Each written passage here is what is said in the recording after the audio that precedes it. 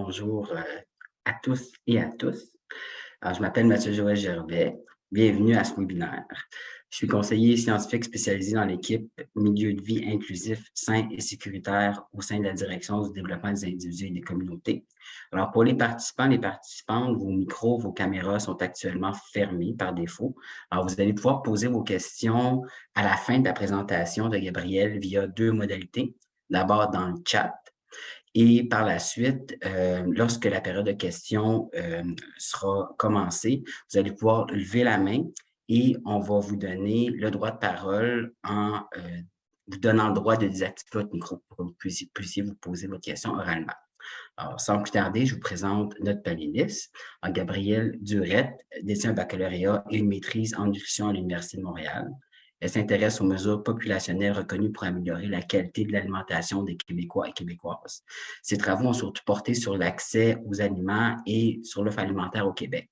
Elle est actuellement la coordonnatrice du projet de recherche efficace. Et notez aussi qu'à la fin du webinaire, vous allez recevoir un courriel avec les coordonnées de Gabrielle. Et ce courriel-là va vous donner un lien pour être en mesure de remplir un formulaire d'évaluation de votre appréciation de la conférence. Alors, sur ce, bonne conférence. Merci, bonjour à tous et merci d'être présents avec nous ce midi. Donc, je vais débuter le partage de mon écran. Donc, Mathieu, est-ce que tu peux confirmer que tu vois bien ma présentation? Oui, c'est parfait. Parfait. Donc, comme l'a dit Mathieu, n'hésitez surtout pas à poser des questions à la toute fin de la présentation. Ça va nous faire plaisir à mon équipe et moi de vous répondre. Donc, voici le plan de notre webinaire aujourd'hui. D'abord, je vais commencer par vous présenter c'est quoi le projet efficace, donc l'étude efficace. Vous présenter les résultats de la première collecte de données qu'on a effectuée l'année dernière, donc en vous présentant le portrait initial des données des communautés à l'étude, puis aussi le volet du processus de mobilisation qui est requis pour implanter une coopérative. Ensuite, on va discuter brièvement des résultats, vous présenter les prochaines étapes du projet, puis suivra la période des questions. Donc, tout d'abord, vous allez voir peut-être que je vais parler au « on » aujourd'hui. J'ai une équipe de projet avec moi qui va se joindre à moi à la période des questions. Donc, il y a Éric Robitaille qui est chercheur principal et Marc-Claude Paquette qui est aussi co-chercheur. Il y a moi qui joue le rôle de coordonnatrice. Il y a également Marianne Dubé, Amélie Bergeron et Olivier Arbour qui sont respectivement assistantes de recherche professionnelle, conseillères scientifiques et techniciens de recherche. Donc, on est une petite équipe à travailler sur ce beau projet-là. Donc, qu'est-ce que c'est le projet de recherche efficace? En fait, c'est une étude qui est en cours à l'INSPQ qui vise trois objectifs. Le premier, dans le fond, c'est d'évaluer les effets de l'implantation d'une coopérative alimentaire sur l'alimentation, la santé de la population, ainsi que le bien-être et la vitalité de la communauté. On a également pour objectif de documenter en profondeur le processus de mobilisation des acteurs de la communauté entourant le développement d'une coopérative. Et finalement, on avait aussi pour objectif d'évaluer la contribution d'une coopérative alimentaire qui est nouvellement implantée dans un milieu qui était alors un désert alimentaire, en lien avec la résilience des systèmes alimentaires locaux durant la pandémie. Donc d'abord, avant d'aller plus loin, qu'est-ce que c'est une coopérative alimentaire? La Fédération des coopératives alimentaires du Québec a défini la coopérative comme suit. Une coopérative, c'est une entreprise détenue par ses membres qui sont tous égaux. Donc, un membre égale un vote. Le modèle coopératif en alimentation permet aux communautés d'obtenir les produits et services selon leurs besoins, puisque les membres sont à la fois propriétaires et à la fois clients du commerce. La coop offre ainsi un service de proximité, qu'il soit l'épicerie principale ou le magasin d'appoint. Donc, voici le modèle logique qui sous-tend le projet de recherche. Donc, on a le carré jaune, dans le fond, représente l'arrivée d'une coopérative dans une communauté qui est le carré représenté en pointillé. On voit en noir les effets anticipés de l'implantation d'un commerce alimentaire dans une communauté qui est rurale et qui n'avait pas accès avant ou qui avait un accès limité aux aliments avant. Et si on pense que l'arrivée d'une coopérative, ça va augmenter nécessairement l'accessibilité physique au commerce et donc aux aliments pour les résidents de la communauté. Pardon. On pense que la fréquentation de ce nouveau commerce-là va dépendre, entre autres, de l'accessibilité physique qui est perçue par les résidents, donc la facilité de s'y rendre à pied ou en voiture. Puis que s'il y a une offre alimentaire qui est intéressante dans le commerce, donc une variété, une fraîcheur, des aliments sains, puis qu'il y a une expérience client qui est agréable, puis on peut penser que la présence de la coopérative dans la communauté pourra favoriser l'achat et la consommation d'aliments sains et contribuer ainsi à la saine alimentation et à la santé au long terme. On peut penser aussi qu'il y a d'autres effets que sur la santé, soit sur la réduction de l'insécurité alimentaire puis la vitalité de la communauté. Dans les communautés à l'étude qui sont isolées géographiquement, bien, il y a des déplacements vraiment très longs qui sont nécessaires pour aller acheter des aliments. Donc, de réduire la nécessité de faire des déplacements, ça peut aussi réduire les dépenses en essence et donc augmenter le revenu disponible pour se nourrir, peut-être réduire l'insécurité alimentaire marginale. Ça pourrait avoir un effet qui est intéressant sur l'alimentation, la qualité de l'alimentation.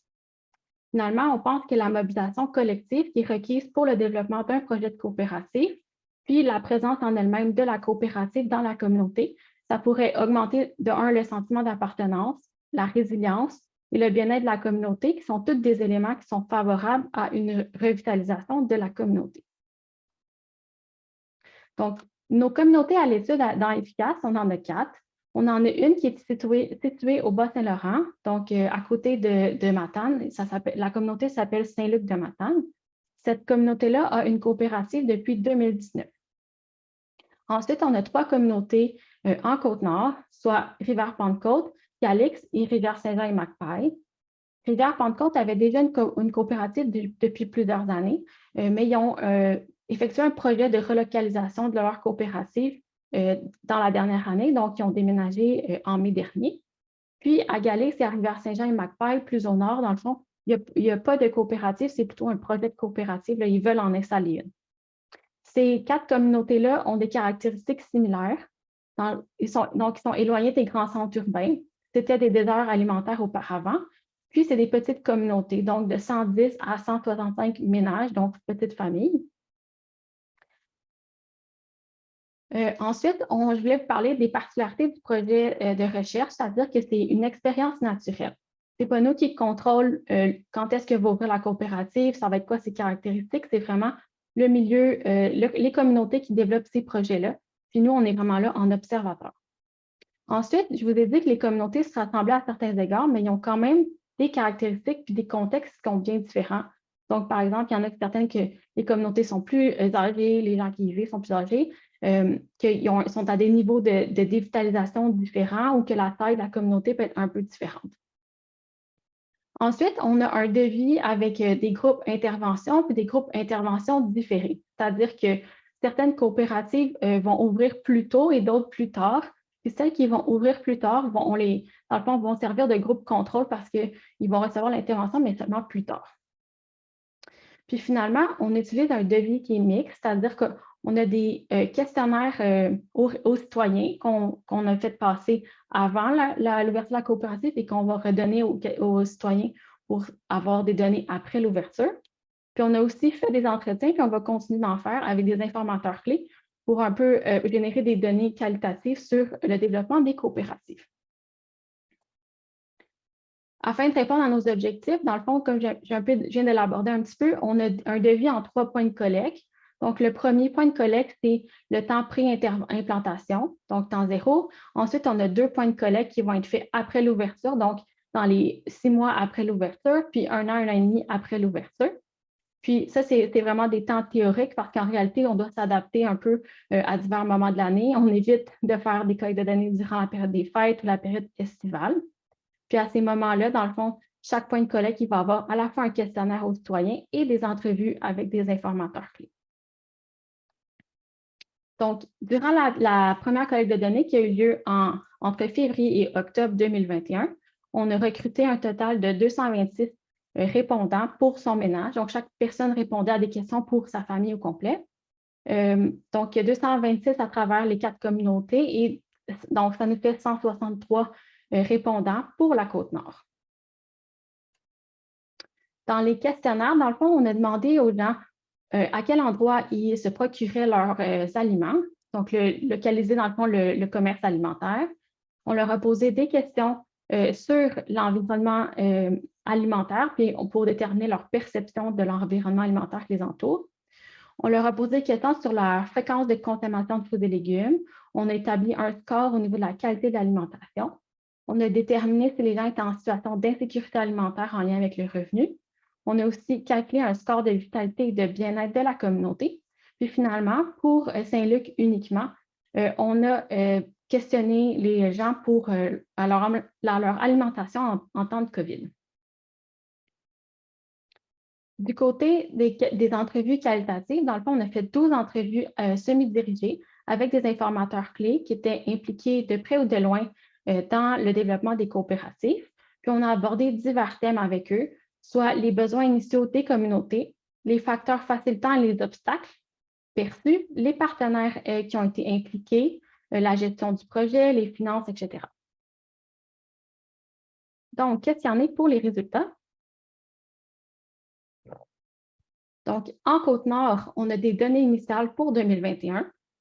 Ces données-là, c'est le portrait initial, donc il va être comparé dans le temps à 2 autres moments pour voir s'il y a une évolution après l'ouverture des coopératives. Donc, au niveau de l'accessibilité physique, puisqu'on a demandé aux gens de nous dire où ils achetaient leurs aliments, et on a aussi leur domicile, on a pu calculer dans le fond des distances entre le domicile et le commerce alimentaire. Donc, on a calculé qu'en moyenne, les répondants parcourent 50 km pour se rendre à leur détaillant principal, donc 100 km aller-retour. Donc, on voit aussi dans la figure qu'il y a environ 60 là, dans le fond, des répondants font entre 25 et 50 km à l'aller, donc x2 pour l'aller-retour, pour se procurer des aliments en Côte-Nord, dans les 3 communautés de la Côte-Nord. On a aussi calculé qu'en moyenne, les répondants habitent à 16 km du commerce alimentaire le plus près. Donc, il y a une différence entre le commerce le plus près et le commerce réellement visité par les répondants. On a aussi posé une autre question dans le questionnaire pour savoir c'est quoi la raison qui explique leur choix de détaillant principal. Puis, leur réponse suggère que dans le fond, les commerces alimentaires les plus près ne répondaient pas nécessairement à leurs besoins en matière de prix, de qualité des produits, ou peut-être que le commerce qui est visité est plus près du travail que du domicile. Ensuite, on a aussi, comme je disais, fait la mesure de la perception de l'environnement alimentaire. C'est des données pour 2 volets, donc le volet aliment sain et le volet aliment malsain. Ces données-là ne sont pas très parlantes pour l'instant. C'est des scores de 1 à 5, 5 étant la meilleure perception. Mais c'est plutôt comme quand on va étudier l'évolution de ces scores-là, après l'ouverture des coopératives, ça va vraiment prendre toute leur signification. Donc, le score sur l'environnement alimentaire, ça permet de regarder des thèmes comme la quantité, la variété, la qualité des aliments, le prix et l'accessibilité physique à proximité du domicile ou du lieu de travail.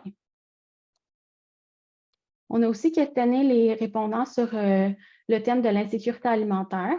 On a vu qu'elle était particulièrement présente dans le fond dans les communautés à l'étude en Côte-Nord. Donc, 1 personne sur 4, un répondant sur 4, nous a indiqué être en situation d'insécurité alimentaire, que ce soit marginale, modérée ou grave, dans les 12 mois précédant le questionnaire. Donc, ça veut dire que ces gens-là ont soit eu peur de manquer de nourriture avant la prochaine rentrée d'argent, ou ont réduit leur portion ou sauté des repas en raison d'un manque de nourriture, ou d'avoir perdu du poids en raison d'un manque de nourriture. Donc, c'est quand même des situations qui sont précaires là, au niveau de l'alimentation et de la santé. On a aussi, dans le fond, regardé l'alimentation, pas pour évaluer puis qualifier l'alimentation aujourd'hui des gens en Côte-Nord, mais pour voir l'évolution. Donc, on a vu que le tiers des répondants avaient une alimentation de qualité élevée, puis que près du quart des répondants consommaient quotidiennement au moins à 5 reprises des fruits et légumes. Et finalement, la dernière variable à l'étude, c'est la vitalité et le bien-être de la communauté. Donc, ça aussi, c'est un score entre 1 et 5, 5 étant la meilleure perception de vitalité. Ce score-là va être aussi comparé dans le temps au prochain point de collecte. La vitalité, ça correspond dans le fond à la vitalité et le bien-être, ça réfère aux possibilités d'emploi, à la capacité d'acheter une maison, l'intérêt de vivre dans la communauté. Aussi la présence de personnes actives dans la communauté, l'importance à accorder au développement durable et le dynamisme de la communauté. Comme je vous ai dit au début, on avait aussi pour objectif de regarder, dans le fond, si la présence d'une coopérative alimentaire pouvaient être reliés à la résilience du système alimentaire. Donc, à Saint-Luc-de-Matane, comme leur coopérative a été ouverte en 2019, on a pu, lors de notre cahier de données, poser des questions. Cette coopérative-là offre, oui, des aliments, mais aussi des articles essentiels. Elle a également un poste d'essence, comme on le voit sur la photo, puis elle offre un service de comptoir postal. Parmi nos répondants, une majorité, dans le fond, sont des utilisateurs de la coop. 86% y vont une fois par semaine. Pas mal ça. Aussi, on leur a posé, dans le fond, des questions en temps de COVID. Pour la période de mars 2020, près de la moitié des répondants nous ont dit s'être procuré davantage de nourriture à la coopérative qu'en temps normal, donc un peu avant. Puis finalement, la grande majorité des répondants, donc 87%, ont rapporté que leur coopérative avait facilité leur approvisionnement alimentaire au plus fort du confinement, soit mars 2020. Et finalement, je vous présente les résultats pour le troisième objectif de l'étude, soit de documenter le processus de mobilisation des acteurs de la communauté concernant, dans le fond, l'ouverture d'une coopérative. Donc, les prochaines diapositives vont résumer les propos de 12 informateurs clés. Ça peut être des gens qui sont impliqués dans des comités provisoires, donc les comités qui mettent en place la coop.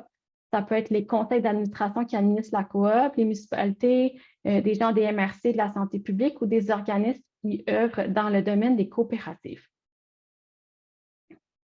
Donc, on a pu dégager avec eux, lors des échanges, les besoins initiaux qui ont mené au développement d'un projet de coop dans leur communauté. On a souligné la présence de 3 besoins collectifs. Donc, la coop peut répondre à 3 besoins collectifs. Le premier, c'est l'accès physique aux aliments. Selon les informateurs clés, la coopérative pourrait permettre de faciliter l'accès à des aliments sains, de base et frais, et permettre aux citoyens d'éviter de se déplacer sur de grandes distances pour se procurer leurs aliments. Alain nous disait, on a besoin de quelque chose à proximité, puis d'être capable de se dépanner quand on a besoin d'une pinte de lait, de ne pas faire 50 km aller-retour pour combler le besoin pour un enfant ou la nourriture ou quoi que ce soit. Ensuite, le deuxième besoin qui a été évoqué, c'était de contribuer à la revitalisation de la communauté. Les informateurs nous ont dit que ça pourrait permettre d'attirer des jeunes familles dans la municipalité, d'éviter l'exode, de créer de l'emploi, de générer des revenus pour les producteurs locaux et d'attirer des touristes.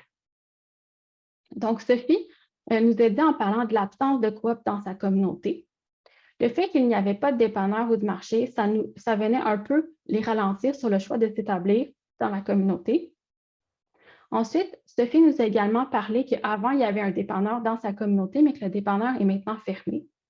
On trouvait que le dépanneur, en parlant de l'ancien dépanneur qui est fermé, c'était un endroit où les gens n'allaient pas juste faire leur commission, mais allaient souvent socialiser, puis allaient souvent aussi se rencontrer. Et le troisième besoin qui a été évoqué, c'est d'offrir des services à proximité pour la communauté. Dans le fond, David nous a dit que l'essence est aussi un autre besoin qui est très important, outre le besoin d'avoir accès aux aliments.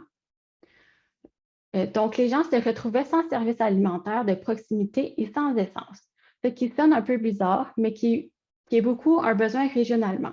Les distances ici sont très longues, donc bizarrement, pour beaucoup de gens de la communauté, l'essence est plus importante presque que le dépanneur et la bouffe. Ensuite, je vais présenter dans le fond les étapes pour implanter une coop, parce que maintenant, on comprend c'est quoi les besoins émergents qui nécessitent l'ouverture d'une coopérative, mais comment les gens peuvent maintenant s'y prendre pour développer une coopérative. Donc, ça requiert beaucoup d'étapes, nombreuses, puis c'est un processus qui est quand même long. Le projet, dans le fond, débute souvent par la mobilisation de parties prenantes, notamment des citoyens ou des acteurs locaux, qui veulent répondre aux besoins collectifs qu'on vient d'évoquer. Ensuite, ils vont choisir, dans le fond, le modèle d'entreprise. Ici, on s'attend qu'ils choisissent le modèle coopératif pour répondre à leurs besoins. Puis, ils vont devoir créer un comité provisoire. Ensuite, une étude de faisabilité du projet devra être réalisée. Après quoi, le comité provisoire va devoir mobiliser de nouvelles parties prenantes pour à la fois soutenir le projet, développer son plan d'affaires et procéder à la recherche de financement. Ensuite, il y a le volet de constitution légale de la coopérative qui comporte plusieurs étapes, comme la formation d'un conseil d'administration. Puis finalement, ça va être ce conseil d'administration-là qui va s'occuper de prendre le relais et s'occuper de la mise en opération de l'entreprise et sa gestion. Au fil des discussions avec les informateurs, on a pu dégager divers facteurs facilitants et barrières. Les informateurs clés nous ont dit que, dans le fond, si un élément était présent, ça pouvait des fois représenter un facilitant ou une barrière selon la nature de l'élément. Le premier élément, c'est l'appui de la population. La mobilisation communautaire a été identifiée comme un élément clé pour assurer le succès de l'implantation de la coop. L'appui de la population, ça se manifeste de différentes façons dans les communautés. Ça peut être ça par l'achat de part sociale, les encouragements, la participation aux consultations, aussi l'implication dans le comité provisoire ou bénévolement dans la coopérative une fois qu'elle est ouverte. Gilles nous a dit à ce propos, l'enthousiasme de la population est un élément facilitant. Aussi parce que la motivation varie avec le temps et avec les difficultés. Le fait que l'enthousiasme de la population soit toujours là et les encouragements nous aident à continuer à poursuivre.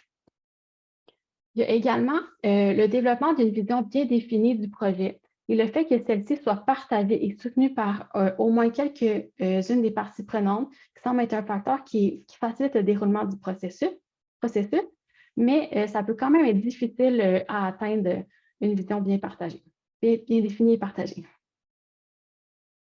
Il y a aussi la complexité et les délais entourant le développement de la coopérative qui a été nommé. Mettre en place, comme on l'a vu, un projet de coopérative, ça prend beaucoup d'étapes. Puis, la majorité des informateurs clés ont souligné la longueur et la complexité d'un tel processus. Gilles nous a dit, les étapes, il y en a beaucoup et certaines sont fastidieuses. Il faut savoir aussi qu'ouvrir une coopérative, ça a des coûts initiaux importants. Surtout si on doit construire un nouveau bâtiment. Il y a certains éléments qui peuvent diminuer le coût d'un projet et réduire le montant initial d'emprunt, comme la reprise collective d'un commerce existant qui ferme ses portes, mais qui est repris par une coopérative. Ça peut être aussi le soutien financier de la municipalité qui va venir aider le financement du projet, et aussi l'achat d'équipements usagés pour la coop. Donc, l'obtention d'un financement pour la coop, c'est une étape importante. La solidité du projet et le niveau de compétence des membres du comité provisoire vont favoriser l'obtention de financement. Aux yeux des investisseurs, c'est toujours de bon augure quand la municipalité démontre son appui au projet, puisque ça prouve d'une part la pertinence, puis renforce la crédibilité du projet. La municipalité, comme les MRC, les entreprises privées et les organisations qui soutiennent l'économie sociale, peuvent également contribuer au financement du projet. Il a également été nommé que c'est intéressant et important d'avoir un porteur de projet qui est visionnaire, qui est convaincant et qui est leader. Alex nous a dit, puis ce leader-là, il va convaincre la population à se mobiliser, mais il va convaincre aussi le maire, la MRC, la SADC, les partenaires financiers, par sa crédibilité, sa prestance, puis ses compétences que c'est un bon projet. Fait que tout passe par là. Puis, si on n'est pas capable d'avoir ce type de personne-là, ça ne veut pas dire que le projet ne se réalisera pas, mais ça veut peut-être dire que le projet va avoir des embûches. Donc, Alex résume bien, là, dans le fond, l'importance d'un porteur de projet qui est visionnaire et les deux. Mais ça prend aussi des gens impliqués qui ont de l'expérience dans le comité provisoire. Parce qu'il y a beaucoup d'heures à mettre bénévolement dans le projet. Donc, la moitié des informateurs clés nous ont dit que le manque de savoir expérientiel et théorique dans la mise sur pied d'un commerce alimentaire représente un défi important à surmonter pour les comités. Donc, malgré leur bonne volonté, puis leur disponibilité et les informations mises à leur disposition, les comités formés de membres qui ont peu d'expérience, ils vont sûrement trouver le processus plus ardu. Alain nous disait, je pense qu'une expérience des membres du comité promoteur, c'est une grosse barrière. On avance sans trop savoir. Oui, en le sachant parce que c'est écrit, mais on n'a pas l'expérience, on n'a pas de vécu sur la mise en place d'un dépanneur. On a beau avoir de bonne volonté, mais le fait qu'on n'est pas toujours disponible et qu'on est inexpérimenté, c'est probablement un élément retardateur ou qui nuit à la poursuite du projet. Et finalement, le dernier élément qui a été souligné, c'est le soutien externe. Il y a plusieurs organismes de soutien qui sont présents pour soutenir le développement des coopératives, mais il y a souvent un roulement, dans le fond, dans les acteurs de soutien qui peut représenter un obstacle au processus. Lucien nous a dit à ce propos-là, on avait su par une autre coop comment ils avaient réussi à obtenir leur coop. On a été aidés de ce côté-là. Eux autres, ils nous ont dit la démarche qu'ils avaient faite. Ils nous ont prêté leur plan d'affaires pour qu'on ait une base pour partir. Donc, on voit qu'il y a des possibilités de collaborer avec d'autres coopératives pour s'inspirer de leur réussite. Julienne nous a également dit, notre conseiller municipal, M. le maire également, qui sont très intéressés au projet, qui sont ouverts, ils nous l'ont démontré à plusieurs reprises. Ils nous ont aidés à démarrer ce projet-là. On a eu une aide financière de la municipalité pour débuter pour ces travaux-là, puis en partie pour le sondage d'opinion. Le terrain municipal, on pense qu'on pourra l'avoir gratuitement. Dans cette citation-là, on voit qu'il peut y avoir des gens du milieu municipal puis de la MRC qui peuvent être en soutien, dans le fond, au processus des coops. À la lumière des discussions avec les informateurs clés, on a pu dégager 2 pistes d'action pour soutenir le développement de coopératives. La première, dans le fond, c'est l'embauche d'un chargé de projet externe qui est expérimenté, qui pourrait être attitré à chacun des projets de coop.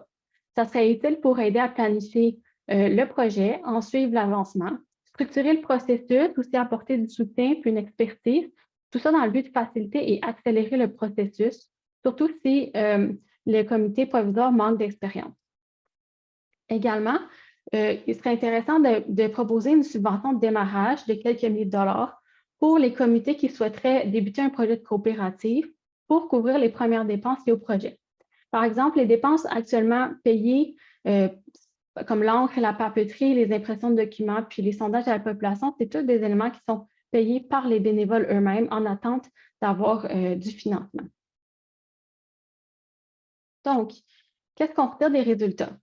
Et dans le fond, le portrait initial en Côte-Nord nous a présenté que les gens vivent loin des commerces alimentaires, puis font des longs déplacements pour acquérir des aliments, ce qui compromet la sécurité alimentaire communautaire. On a vu aussi qu'il y avait une présence importante d'insécurité alimentaire liée aux revenus parmi les répondants à l'étude. Puis ça a été quand même préoccupant parce qu'il y a des liens entre l'insécurité alimentaire puis la qualité de l'alimentation, mais aussi la santé physique et mentale. On a vu aussi à Saint-Luc de Matane que la coopérative pouvait jouer un facteur de résilience dans le système alimentaire.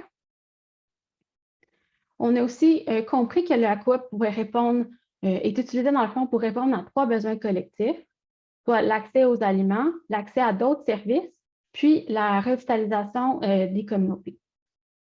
On a aussi vu l'importance d'une bonne mobilisation citoyenne, d'une vision partagée par les acteurs gravitant autour du projet, d'un porteur de projet qui a des qualités de leadership, de l'implication puis de l'expérience des membres du comité provisoire, puis du soutien externe et financier.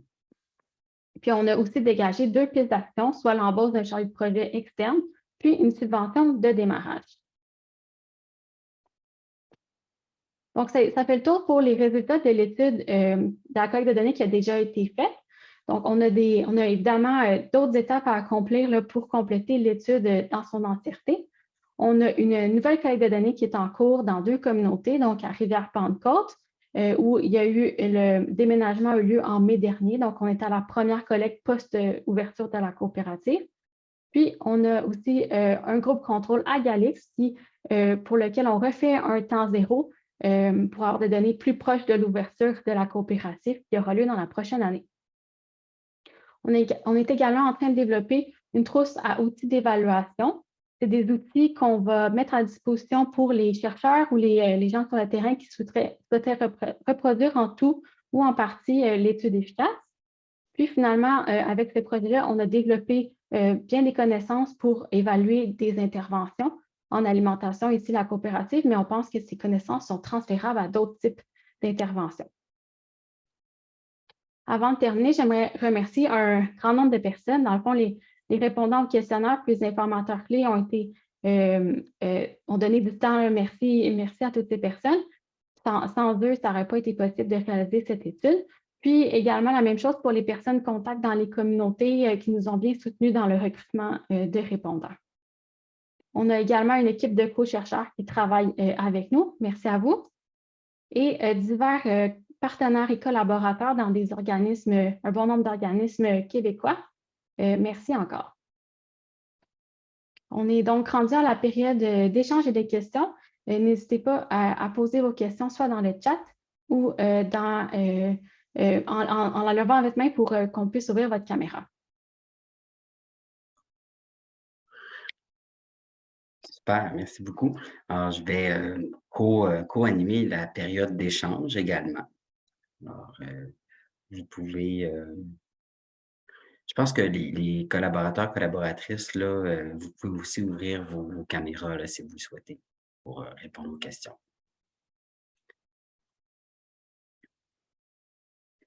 Alors, la première question de Luc Godet. Oui, bonjour, est-ce que vous m'entendez? Oui, très bien. D'accord. Alors, merci beaucoup pour la présentation. Je suis curieux de savoir si le modèle d'affaires d'une coopérative a été, de la coopérative comme telle, a été un élément déterminant dans le succès ou les barrières à vivre. Je pose la question parce que je suis en train, dans la vallée de la Gatineau, en Outaouais, de développer un centre de valorisation des aliments qui va jouer un peu les mêmes fonctions, le même rôle, mais qui aura une forme d'entreprise juridique d'économie sociale, d'OBNL, d'économie sociale. Donc, je suis curieux de savoir si vous estimez que les résultats sont transférables à d'autres formes d'entreprises collectives. Merci pour votre réponse. Je vais me permettre de répondre. Dans le fond, là, c'est vrai qu'on a étudié la coopérative, puis vous avez une belle réflexion. Nous aussi, on pense qu'il y a certains éléments qui peuvent être transférables, surtout si c'est des entreprises d'économie sociale. On peut penser qu'il y a divers éléments qui sont transférables, puis peut-être même dans les prochaines étapes au niveau des effets. Mais c'est quand même des questions qui restent en suspens, puis que nous, notre modèle d'étude, c'est vraiment coopératif.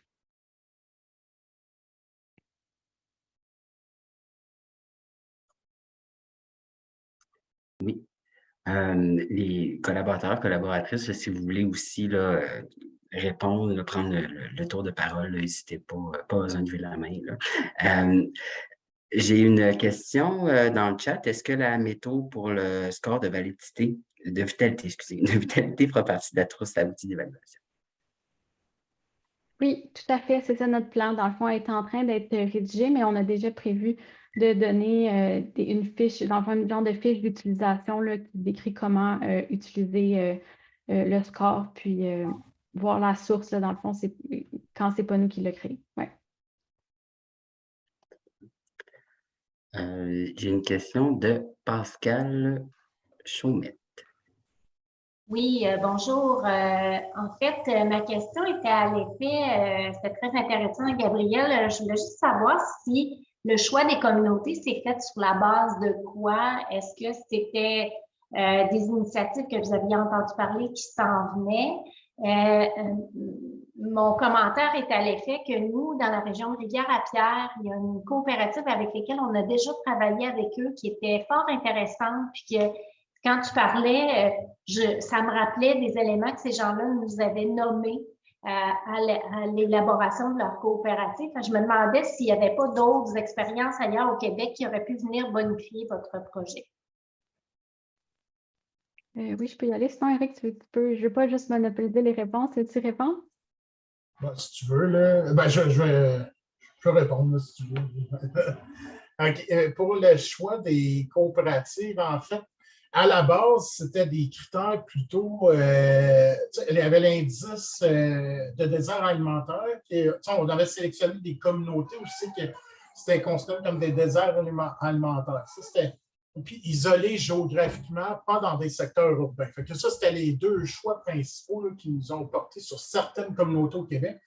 Puis après ça, pour trouver des projets de coopératives, là, on a fait affaire avec la Fédération des coopératives alimentaires du Québec. Eux autres nous ont sélectionné des projets qui étaient en démarrage là, à travers le Québec. C'est pour ça qu'on a choisi ces communautés-là. Mais Pascal, il y aurait pu y avoir d'autres communautés qu'on aurait pu choisir.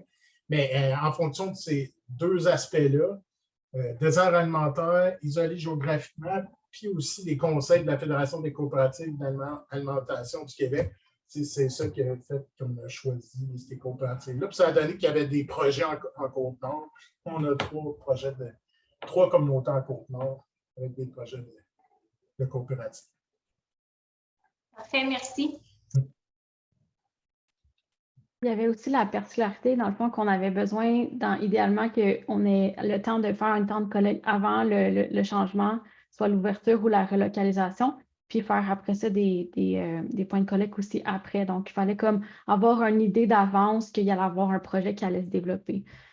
D'où l'intérêt de participer, à collaborer, dans le fond, avec la fédération. Super, merci. Une prochaine question de Catherine. J'aimerais savoir comment ont été et seront mesurées la consommation de fruits et légumes et la qualité alimentaire, avec quels outils? Dans le fond, je peux répondre. Pour la fréquence de consommation, c'est un outil, dans le fond, c'est l'outil de l'ESCC dans la mesure rapide, là, dans le fond, de la consommation de fruits et légumes. Puis, la mesure de la qualité de l'alimentation, c'est un outil bref. Les auteurs de cet outil-là, le nom m'échappe, mais c'est des Québécois. Puis, dans le fond, c'est un peu un algorithme, bien pas un algorithme, une arborescence de questions qui permettent de déterminer rapidement, brièvement la qualité d'alimentation. Donc, ce n'est pas ultra précis, ce n'est pas le HEI ou c'est vraiment quelques questions dans un questionnaire rapide. Je peux donner à Marianne la mission d'aller le chercher, s'il te plaît, Marianne, le nom de la source, on va vous l'écrire dans le chat. Et puis, Gabriel, ils vont être disponibles aussi dans le guide. Oui, tout à fait. Dans le fond, le guide, mais là on l'annonce, c'est dans le fond dans la prochaine année. Là. Attendez pas ça la prochaine semaine. Là. On est en train de travailler dessus avec mes collègues, mais il va avoir, dans le fond, tous les outils. Donc, il va avoir le volet d'insécurité alimentaire qui reprend les questions de l'ESCC, donc des questions canadiennes, la qualité de l'alimentation, la consommation de fruits et légumes, le score de perception de l'environnement alimentaire, le score de vitalité et bien-être. Je pense que ça fait le tour. Puis, il va y avoir aussi un volet pour comment cartographier ou aller voir si on est un désert alimentaire.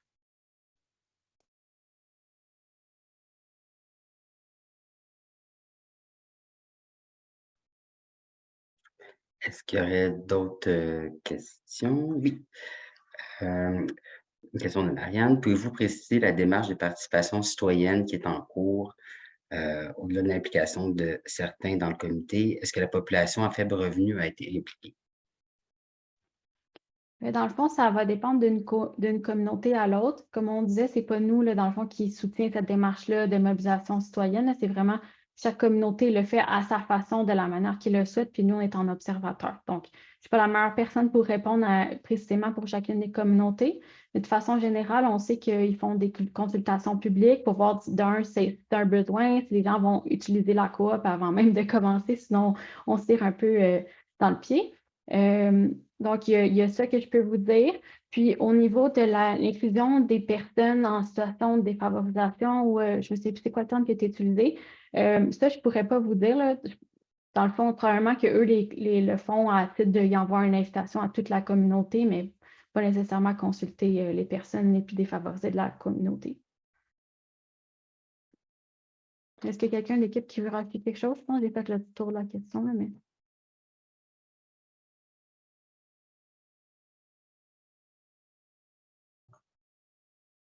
OK. J'ai une main levée de Luc Gaudet.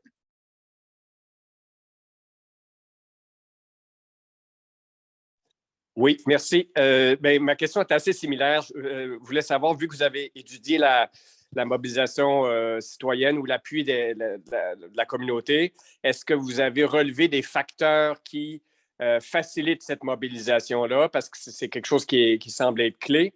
Puis mon deuxième souci, c'est est-ce que vous avez aussi des indices de durabilité de ces coopératives-là sur le long terme? Puis ça sera quoi les facteurs qui vont faire que ça va être une entreprise durable? Merci. Merci pour vos questions. Marc-Claude, tu pourras compléter, là, c'est plus le volet Cali. Là. Dans le fond, pour la deuxième question, bon, voilà, j'ai déjà oublié les deux questions. Je m'excuse. Vous voulez répéter? les facteurs qui favorisent la mobilisation dans ce que vous avez observé, puis des facteurs qui peuvent amener la durabilité de l'entreprise dans le long terme. C'est ça. Pour la durabilité, ben, on va peut-être être capable de l'étudier, mais plus à la fin. C'est-à-dire que là, on est plus à des moments, soit on vient d'ouvrir ou on n'a pas encore ouvert. Donc, là, les aspects de pérennité de l'entreprise, on ne pourra pas le questionner avec les informateurs clés maintenant. Puis, on peut dire que ça va être maximum 1 an et demi après l'ouverture. Donc, on n'aura pas des facteurs pour faciliter la pérennité des entreprises comme une coop pour les prochains, pour 10 ans, mettons. C'est ça, on n'aura jamais cette donnée-là. Puis pour les facteurs de mobilisation, ben qu'on a collivé, c'est pas mal ce que je vous ai dit là, dans la présentation. On n'a pas creusé tant que ça plus comment favoriser la mobilisation citoyenne, à moins que j'oublie des aspects, Marc-Claude, que tu devrais compléter. Non, mais je pense que la mobilisation, elle vient beaucoup du besoin, des besoins. Plus les besoins sont grands, plus la communauté s'entend autour de ces besoins-là. La cohésion de la communauté, ça semble être un facteur intrinsèque qu'on n'a pas beaucoup regardé, honnêtement, mais on le sent parce que dans certaines communautés où il y a un peu plus de tension, on voit que la mobilisation est moins. C'est peut-être plus une observation de notre part que quelque chose qui est ressorti des répondants. Mais clairement, le besoin, plus le besoin est criant, plus ça fait longtemps que je pense que ça, c'est ça qui mobilise beaucoup. Mais il y a certainement d'autres facteurs que nous, on n'a pas systématiquement regardé, je dirais. OK, merci beaucoup.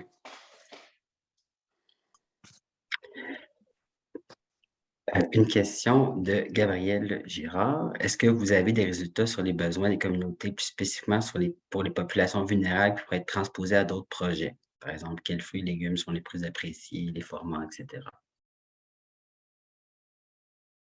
Dans le fond, outre les besoins qu'on a évoqués là, suite aux entrevues, soit le besoin d'avoir accès à des aliments plus près de la maison, de contribuer à la revitalisation de la communauté, puis accès à des services plus largement. On n'a pas documenté d'autres types de besoins. Il n'y a pas une étude de besoins qui a été réalisée outre ça.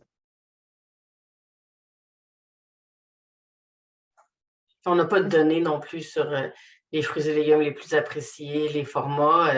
Mais on a de la donnée sur qu'est-ce qui est offert. Donc, on peut penser que ce qui est offert, c'est probablement qu'est-ce qui est le perçu, en tout cas, par les coops comme le plus apprécié.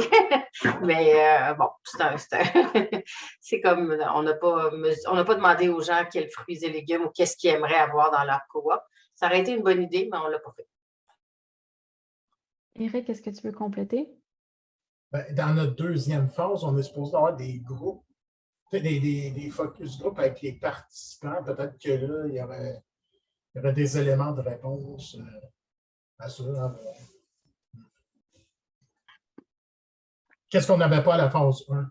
On avait juste des entrevues avec les informateurs clés. Là, on ajoute un aspect à l'étude qui est des analyses qualitatives auprès des participants à l'étude. Effectivement. Donc, ça va nous permettre de venir un peu enrichir ce que le quantitatif dans les questionnaires va nous dire, voir s'il y a eu des évolutions, par exemple, dans la qualité de l'alimentation ou la santé ou le sentiment en lien avec la communauté. On va aller creuser, dans le fond, ces questions-là avec un petit échantillon, dans le fond, de répondants pour un peu mieux comprendre, y a-t-il d'autres changements dans la communauté en même temps que l'étude? Qu'est-ce que ça a vraiment fait sur leur qualité de vie, etc. Donc, ça pourra peut-être être couvert. Alors, juste mentionner que Marianne a mis dans le chat là, la référence complète de l'outil. Moi j'ai une question pour vous. Je ne sais pas s'il y a beaucoup de chercheurs, chercheuses là, parmi notre auditoire. Vous vous êtes positionné dans un rôle externe d'observateur, observatrice, un peu passif au niveau de l'évaluation. Il y a d'autres modalités aussi en termes d'évaluation de mobilisation. Quand on parle de participation citoyenne, les personnes qui évaluent se posent aussi comme facilitateurs d'une mobilisation citoyenne avec une action beaucoup plus terrain et ancré là, pour faire avancer le projet. Jusqu'à quel point ce rôle-là, je ne me demanderai pas pourquoi ce rôle-là n'a pas été adopté, mais jusqu'à quel point avoir adopté ce rôle-là aurait facilité ou nuit, selon vous? à l'implantation des coops? Puis est-ce qu'il faut, quand on a un projet de coop en tête, dans le fond, le soutenir par-delà l'évaluation, mais le soutenir aussi vraiment pour mettre la main à la pâte, là, pour favoriser la mobilisation citoyenne et la mise en œuvre? Je ne sais pas si vous avez des réflexions là-dessus. Je peux commencer, mais je te laisserai continuer, Éric. À mon avis, dans ce cas-ci, l'intérêt de ne pas s'impliquer dans le développement de la coopérative, c'est de voir si les coopératives au Québec sont capables d'avoir un effet par eux-mêmes sur l'alimentation, sur la santé et la vitalité. Parce qu'on ne peut pas penser qu'on va tout le temps avoir quelqu'un qui va venir soutenir le développement de la coop. Voir si naturellement, ça va avoir des effets. C'était ça l'intérêt, dans le fond, de notre question de recherche. Peux-tu compléter, Eric? Peut-être compléter les communautés qu'on a choisies, c'était qui avaient déjà parti leur projet avec la Fédération des coopératives d'alimentation du Québec. On gardait dans notre tête, nous autres, des expériences naturelles qu'on ne doit pas intervenir. On a choisi ce paradigme-là, là, si on peut dire. C'est comme a dit Gabriel, c'était les raisons pour lesquelles, mais peut-être aussi parce que c'était déjà des projets qui étaient déjà partis, là, qui étaient déjà mis en place. C'est pas nous autres qui avons décidé de toutes ces raisons-là. Je pense que c'est pour ça qu'on n'intervient pas dans la mobilisation. En même temps, on n'est pas naïf, parce qu'on a organisé des forums régionaux. On a mis des gens en lien entre les différentes coops. On a, tu sais, donc quand une coopérative... Indirectement, on a peut-être... Ben oui, quand une coopérative nous demandait pour quelque chose ou nous essayait, tu sais, voulait qu'on facilite un lien, ou on l'a fait. Alors, on n'a pas...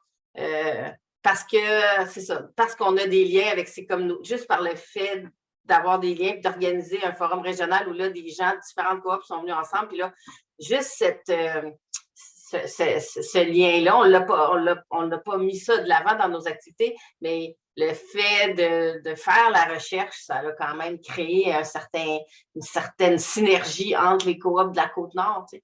Il y a des gens qui se sont rencontrés, on l'a vu en comité régional, qui ne se connaissaient pas, puis tout à coup, ah oui, OK, on pourrait faire ça ensemble. OK, oui, on a créé des liens, même si ce n'était pas ça notre objectif à l'origine. Et puis, la collecte de données a entraîné de la publicité, on a parlé, nous autres, dans les journaux locaux. C'est quoi l'impact de tout ça? Difficile à mesurer, mais peut-être que ça en a eu un sur un peu la mobilisation. C'est une bonne question, Mathieu, Joël. Faut dire on n'a pas mesuré. Ouais. Pardon de t'avoir coupé la parole. Donc, il faut aussi dire que les organismes communautaires du réseau de santé publique sont aussi impliqués dans le projet. La DSP de la santé publique de la Côte-Nord, dans le fond, était déjà dans la liste de partenaires que je n'ai pas toutes nommées tantôt. Donc, on est quand même reliés à ce réseau-là de santé publique, puis eux ont des liens avec les coopératives. Donc, ce n'est pas nous qui agissons directement, mais il y a un soutien de la santé publique, là, des fois, dans les coopératives.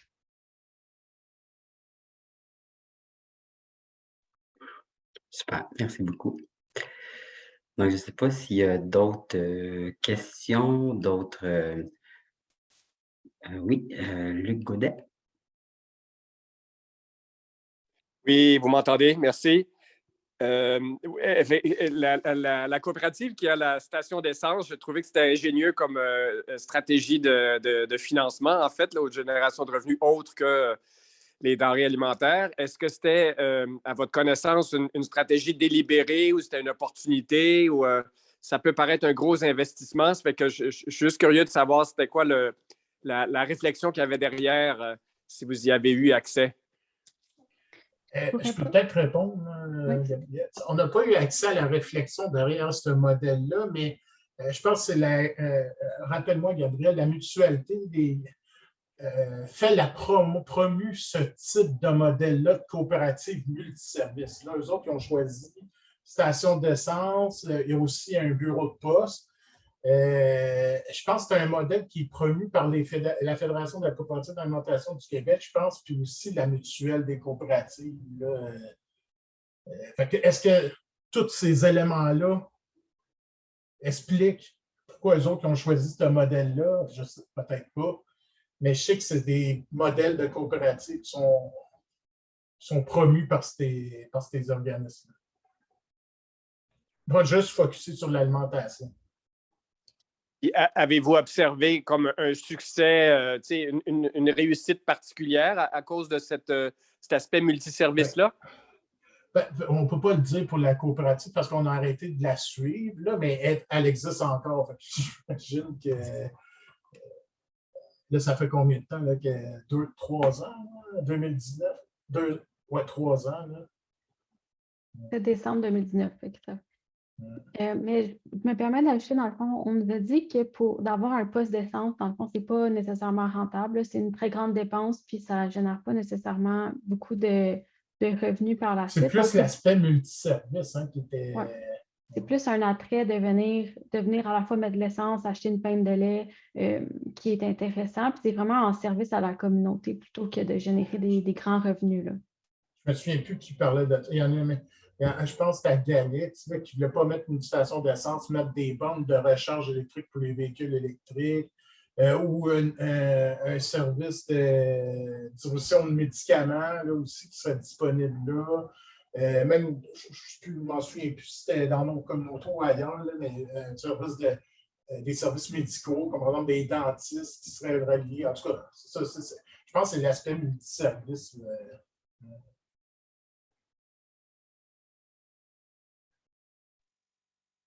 Super, merci beaucoup.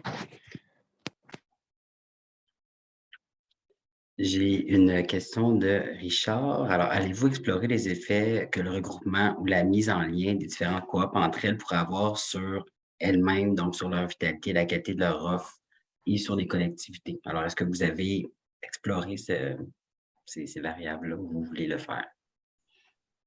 Ce n'est pas dans le plan de voir ces effets-là. On regarde vraiment juste une coopérative. C'est plus anecdotique que ce qui a été mentionné, qu'ils ont reçu du soutien, qu'ils ont parlé avec tel représentant de telle autre coop pour avoir des idées, le modèle d'affaires, etc.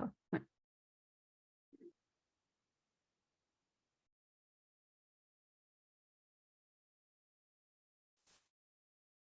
Super.